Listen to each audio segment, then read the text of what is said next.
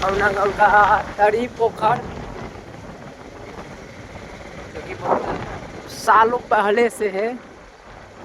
और ये रहा अपना खौना गाँव का बाजार, आगे में बाजार लगता है ना।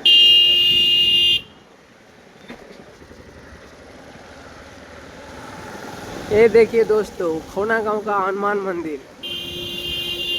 हनुमान मंदिर का दृश्य कुछ इस प्रकार से है। चलिए चलिए। और ठीक इस जगह पे बाजार लगता है।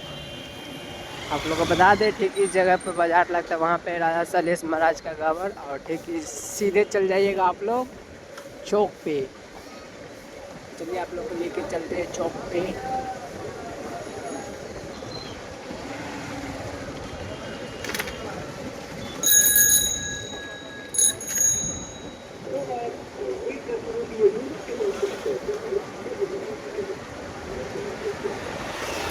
तो अभी हम लोग चौक पे, खौना के चौक पे पहुंचने वाले हैं।